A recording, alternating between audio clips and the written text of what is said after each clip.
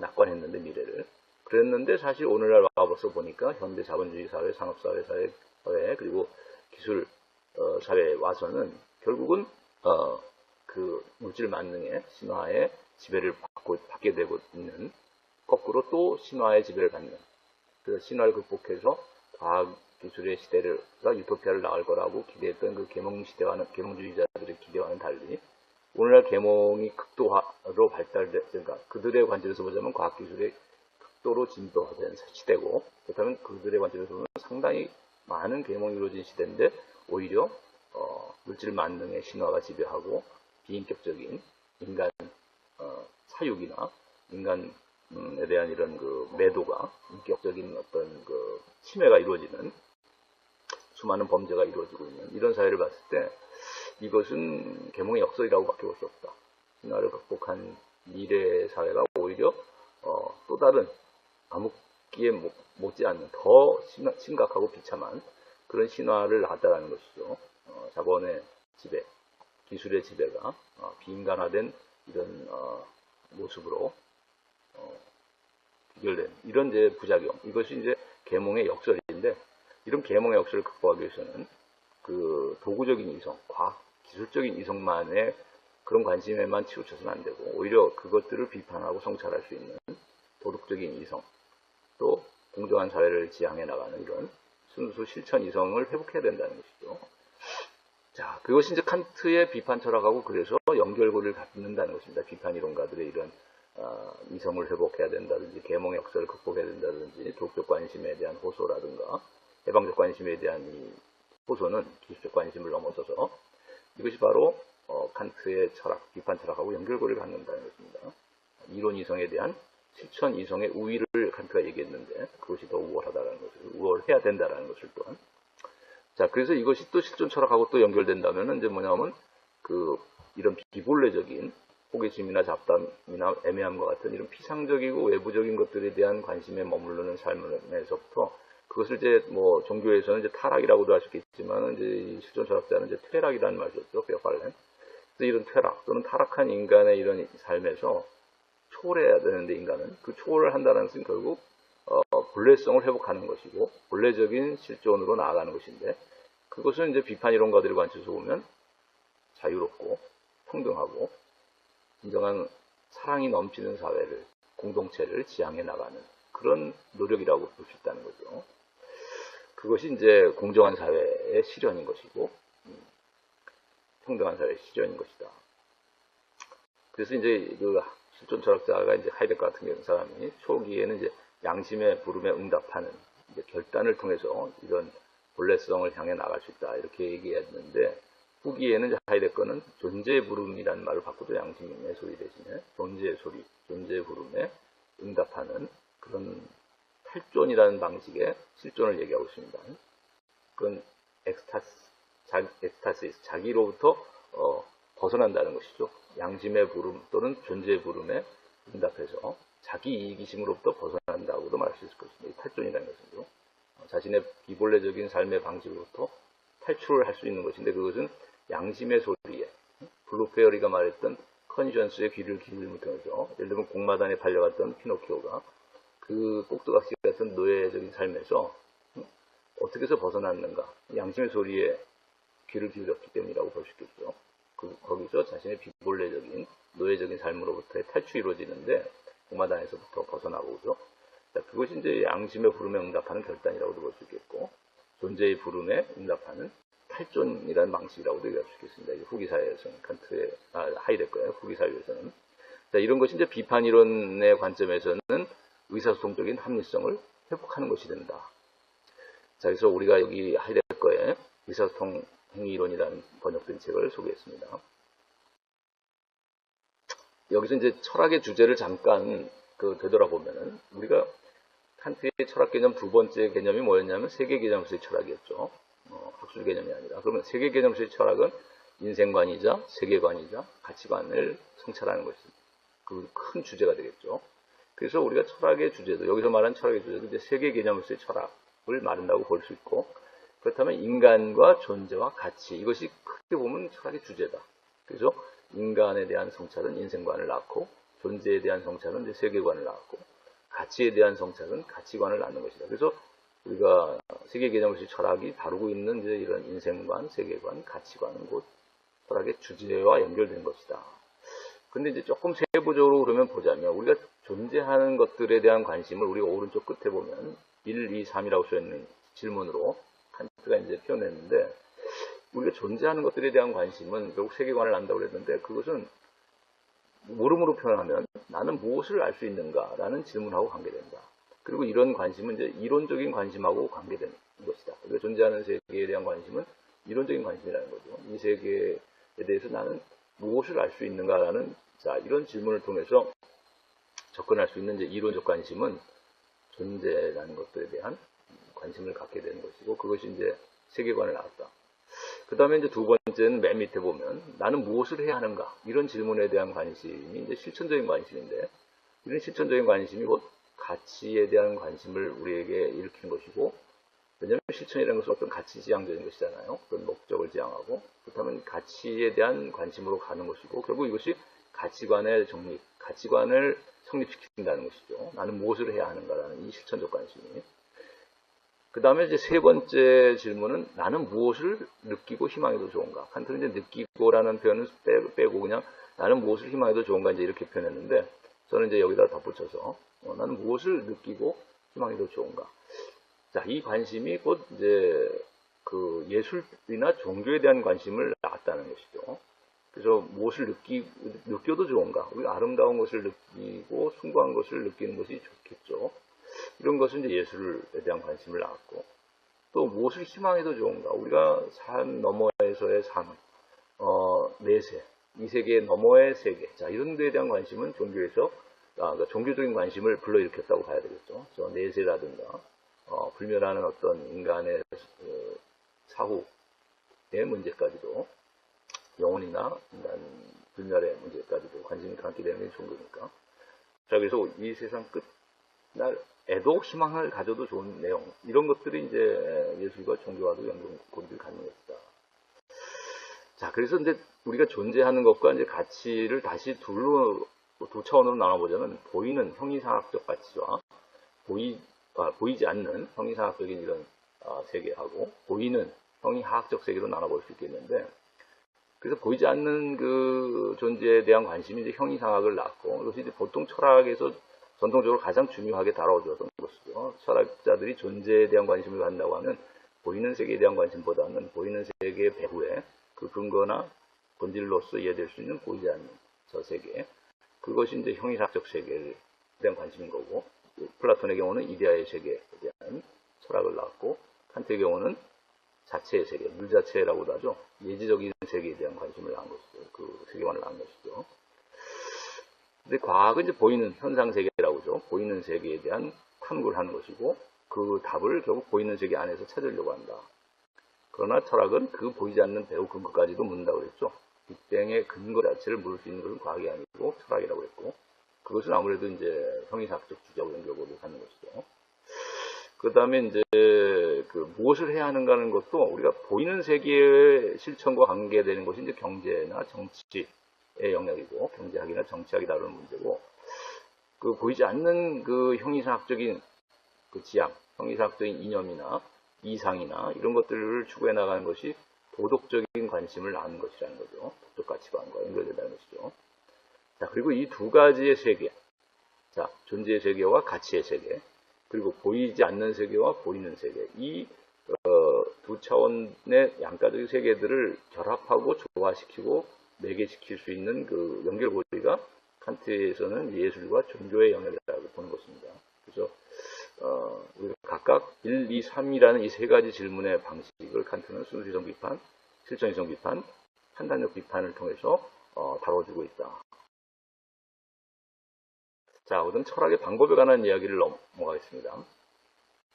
우리가 이 교재, 현대사회 철학 상담이라는 교재를 보게 되면 이제 이 2부가 철학의 방법으로 나와 있죠. 맨 처음에 이제 대화. 우리가 대화라는 것은 뭐 다른 말로 하면 뭐 담론 또는 토론 이렇게도 말할 수 있을 것입니다. 오늘날 일상에서는요.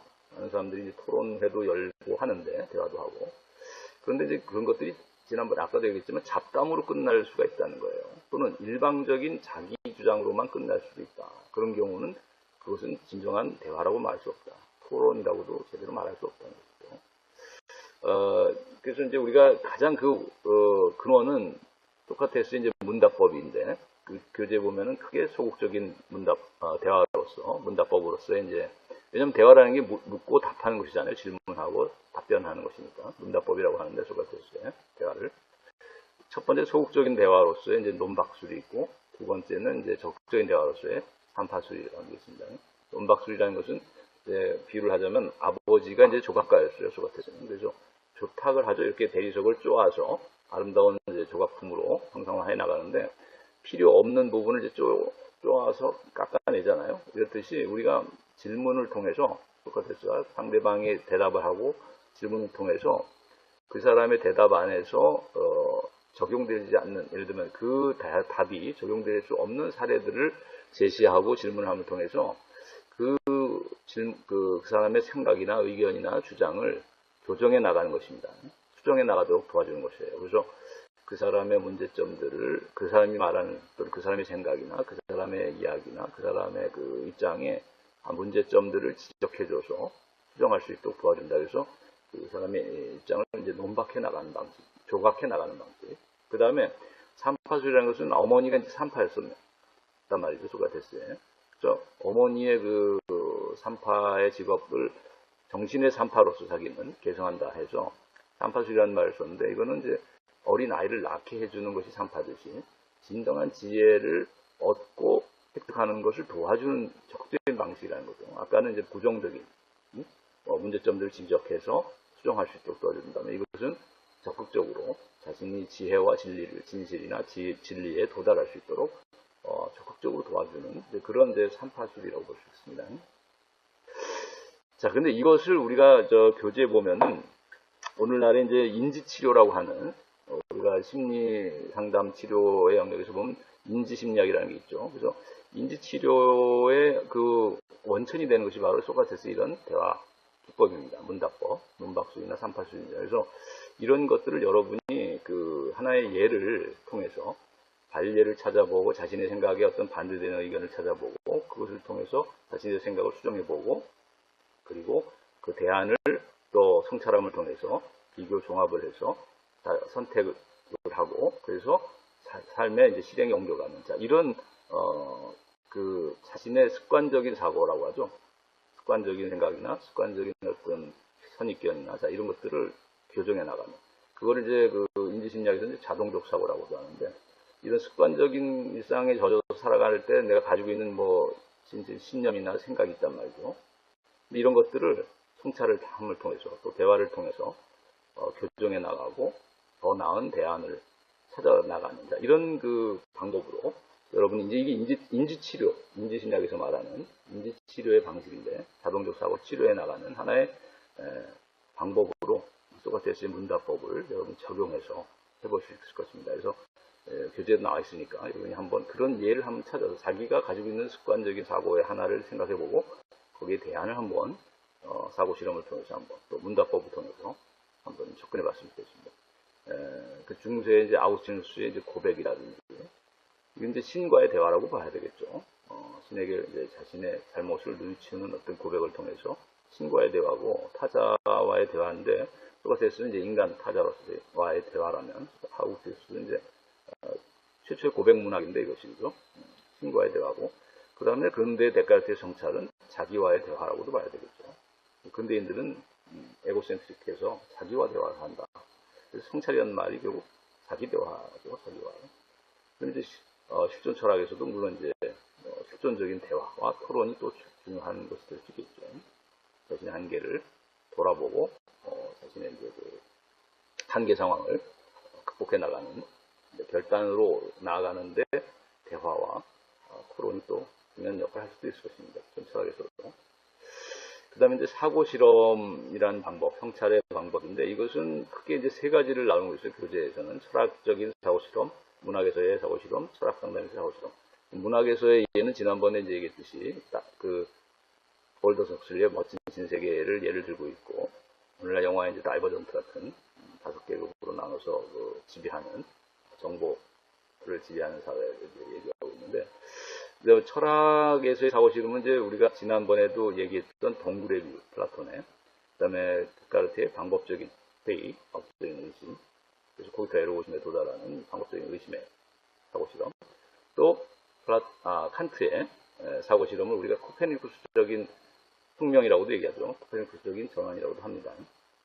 대상 위주로 사고했던 것을 주체적인 인간 주체를 중심으로 사고의 방식을 전환시키고 혁명적으로 바꿨기 때문에 코페르니쿠스가 이제 태양주의, 지구 중심으로 태양이 도는 것으로 생각했던 그 천동설을 지구가 오히려 태양주위를 도는 지동설로 바꿨던 세계관의 혁명처럼, 칸트는 이제 대상을 중심으로 모든 인식이 대상에 초점을 맞춰서 대상 위주로 이루어진다고 생각했던 그 전통적인 그 인식론을, 그런 세계관을 이제 바꿔서 인간 주체가 능동적으로 구성해 나가는 그런, 이제 아까 말한 이제 지난번에 말했던 언제 어디서라는 시간 공간 틀이라든지 형식이라든지, 그다음에 무엇 어떻게 왜라는 이런 카테고리, 범주에 의해서 이 세계를 구성해 나가는 것이 인식이다. 그렇게 되니까 인간이 가지고 있는 형식, 시간 공간 범주라는 이 형식이 이 세상의 대상들을 인식하는데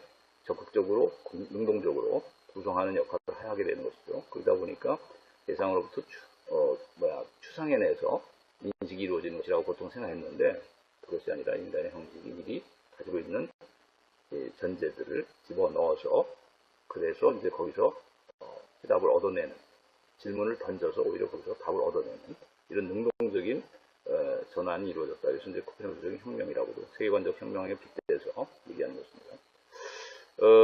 꿈속의 뇌 사고 실험도 지난번에 이제 얘기했었고, 이제 매트릭스하고 영화 매트릭스 유사하다며, 푸트넘이라는 철학자가 제시했던 꿈속의 뇌 사고 실험이라는 게 있고, 중국 어방 사고 실험은 이제 존 썰의 사고 실험인데, 지난번에 이제 과학의 마음 연구의 한계 얘기할 때 잠깐 이제 가로쳐놓고 왔었는데, 여러분이 그 엑스 마키나에 보면은 그 에이바라는 그 인공지능 로봇을 과의 대화 실험을 하기 위해서, 그게 이제 튜링 테스트인데, 그죠?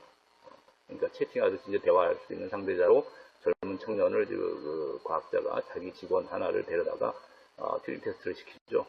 대화를 시키죠. 하고 실험. 대화를 시키죠. 에이바하고.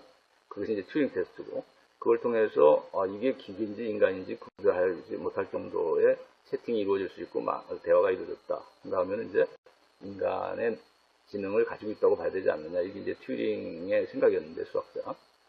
그것을 비판한 것이 이제 존 썰이라는 영국의 언어 철학자가 제시한 중국 어방 사고 실험입니다. 그죠? 그 책에 나와 있으니까 여러분이 참고해 보시기 바라고. 그 기계적인 그 문답표에 따라서 중국 어방 안에 중국어를 모르는 외국인 같은 사람이 하나 들어가 있다 하더라고, 영국인 같은 사람이.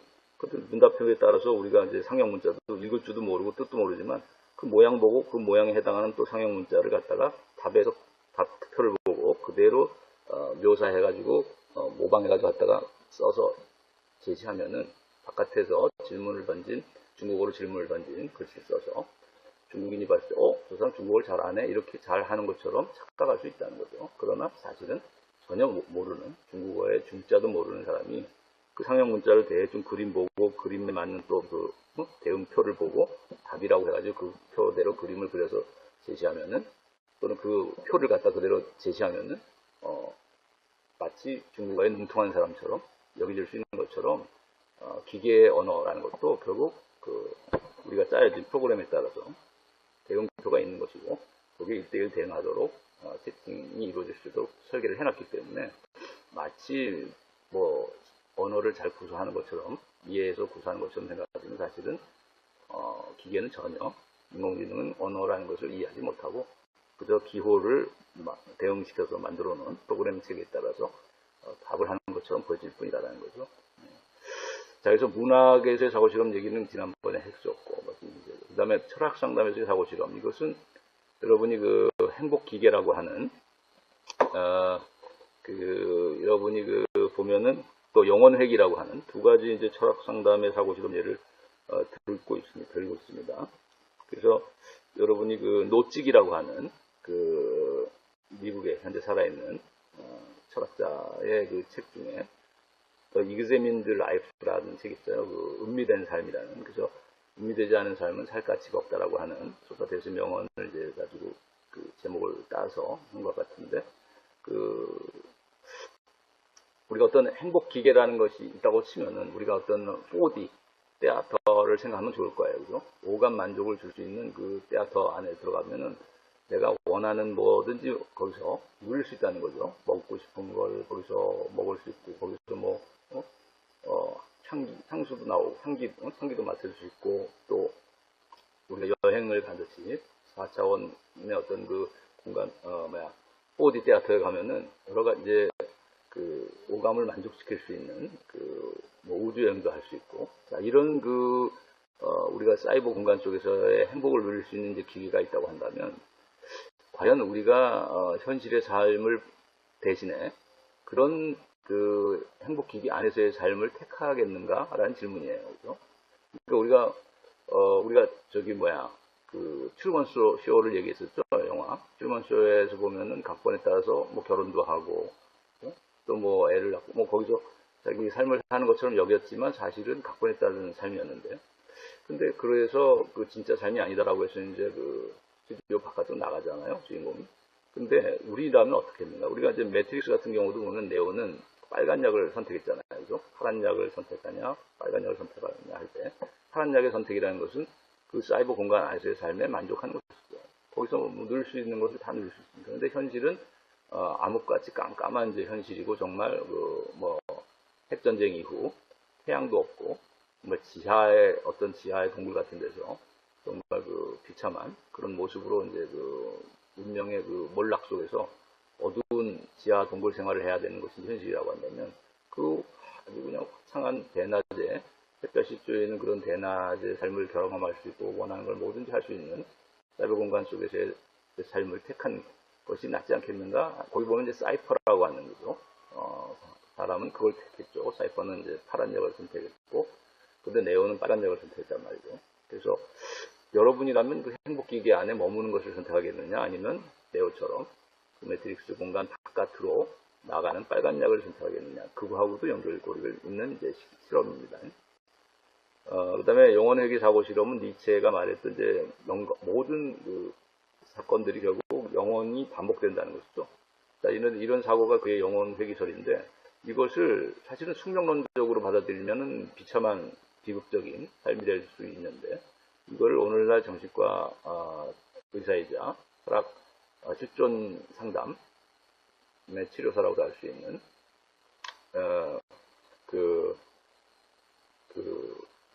누군데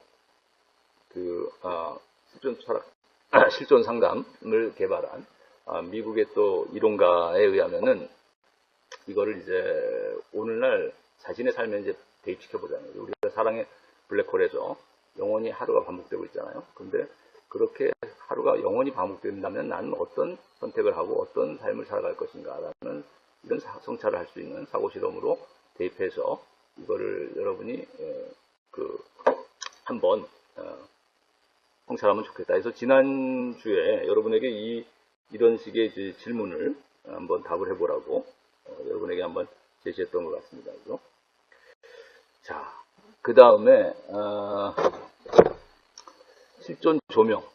자, 실존 조명의 방법은 실존 철학자들이 키르케고르나 야스퍼스나 하이데거 같은 실존 철학자들이 제시한 실존 분석이라는 하이데거는 말을 썼고, 키르케고르는 이제 실존 조명이라는 말을 썼는데, 프랭클이라는 이제 오늘날 정신과 의사이자 실존 철학의 선구자는 로고테라피라는 이제 그 자신의 치료 방법을 개발하면서 이것을 또한 실존 분석, 의미 치료라는 말을 또 썼어요. 그래서 실존 분석이라는 말은 하이데거에서 온 말이고, 의미 치료라는 것은 이제 무의미한 삶, 공허한 삶의 공허함을 어떻게 극복하고 의미 있는 삶, 가치 있는 삶을 발견해내고 그것을 추구해 나갈 수 있을까? 이제 이것과 관련해서 의미 치료라는 말을 썼던 것이죠. 무의미를 극복하는 하나의 방법론으로.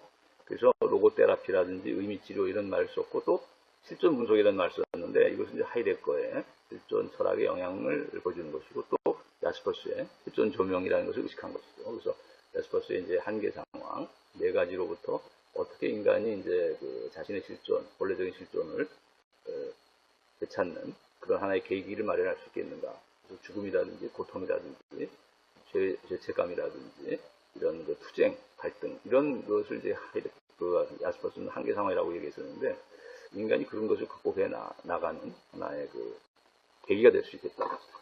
그리고 아까 그 사고 실험에서 영혼 회귀 사고 실험을 오늘날 그 아까 그 사랑의 블랙홀에 나오는 주인공의 결단의 모습, 그 삶의 태도의 변화의 모습하고 연결시켜서 한번 사고 실험을 한 식으로 적용할 수 있겠다라고 했는데 그 사람의 이름을 아까 얘기를 내가 잘 못했었는데 얄롬이라고 하는 사람입니다. 미국의 신과 의사이자 실존 치료사라고 할 수 있는 실존 상담 치유사라고 할 수 있는 네.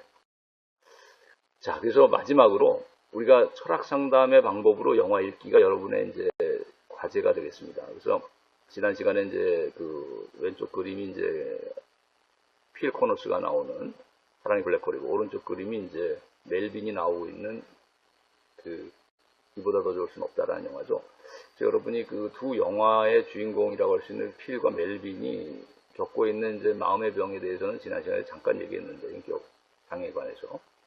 근데 그 자기애성 인격 장애라든지 또 강박성 이런 인격 장애가 어떻게 왜 생겨났고 그리고 어떻게 해서 치유되고 있는가 이 영화 속에서 자 이런 것들을 여러분이 주의 깊게 바라보면서 나는 어떤 상황에 해당할까 나에게는 어떤 마음의 병이 없을까 나는 어떤 인격 장애라고 볼 수 있는 면이 없을까 나의 습관적인 삶 속에서 보면 한번 되돌아보기를 바라요. 그러니까 자신과의 대화죠 그것도 그죠? 자기 대화 소가테스식의 논박술이나 또 삼파술이라는 것도 결국 자신과의 대화를 통해서 자신의 부족하거나 단점을 교정해 나가고 논박을 통해서 또 삼파술을 통해서 치유해 나가고 그래서 진정한 지혜와 진실 자신의 본래적인 실존에 다가갈 수 있도록 하이데거식으로 말하면 실존 조명, 실존 분석을 해 나가는 방식인 것이고 이것이 그 다음에 야스퍼식으로 말하면 실존 조명이 이루어질 수 있는 것이거든요. 이런 자기와의 대화를 통해서 또 그것이 하이데거적인 데카르트식으로 말하면 자신과의 이런 대화가 곧 성찰을 하게 되는 과정이고 자신의 정체성을 깊이 성찰하고 또 칸트식으로 말하면 사고 실험, 비판적인 사고 실험을 해나가는 과정이 될 수 있다는 것이죠. 자신의 삶에 대해서, 자기 자신에 대해서. 그래서 여러분의 경우에 대입해서 이런 또 이 주인공이 과연 어떻게 대화를 해나가고 상대방과 우리가 이제 뭐 여자 주인공도 나오잖아요. 또 이런 주변에 친구도 나오고 그래. 자 이런 친구와도 그렇고 어떤 대화를 나누고 어떤 식으로 대화를 나누고 어떻게 또 스스로를 성찰해 나가고 그래서 자신의 삶을 조명하면서 분석하고 치유해 나가는 과정. 자 이것이 철학 상담의 이제 방법이 적용되고 있는 것인데 영화 안에서도 적용이 된다고 볼 수 있거든요. 이런 대화, 성찰, 사고 실험 그리고 이제 실존 조명이 의미 치료, 무의미한 삶으로부터 의미를 발견하는 이런 것들이 이 영화 안에서도 이루어지고 있고 또 여러분의 삶에서도 한번 이것을 적용해서 여러분의 삶이 치유될 수 있는 중요한 계기가 됐으면 하는 생각입니다. 네, 오늘은 여기까지 하겠습니다. 감사합니다.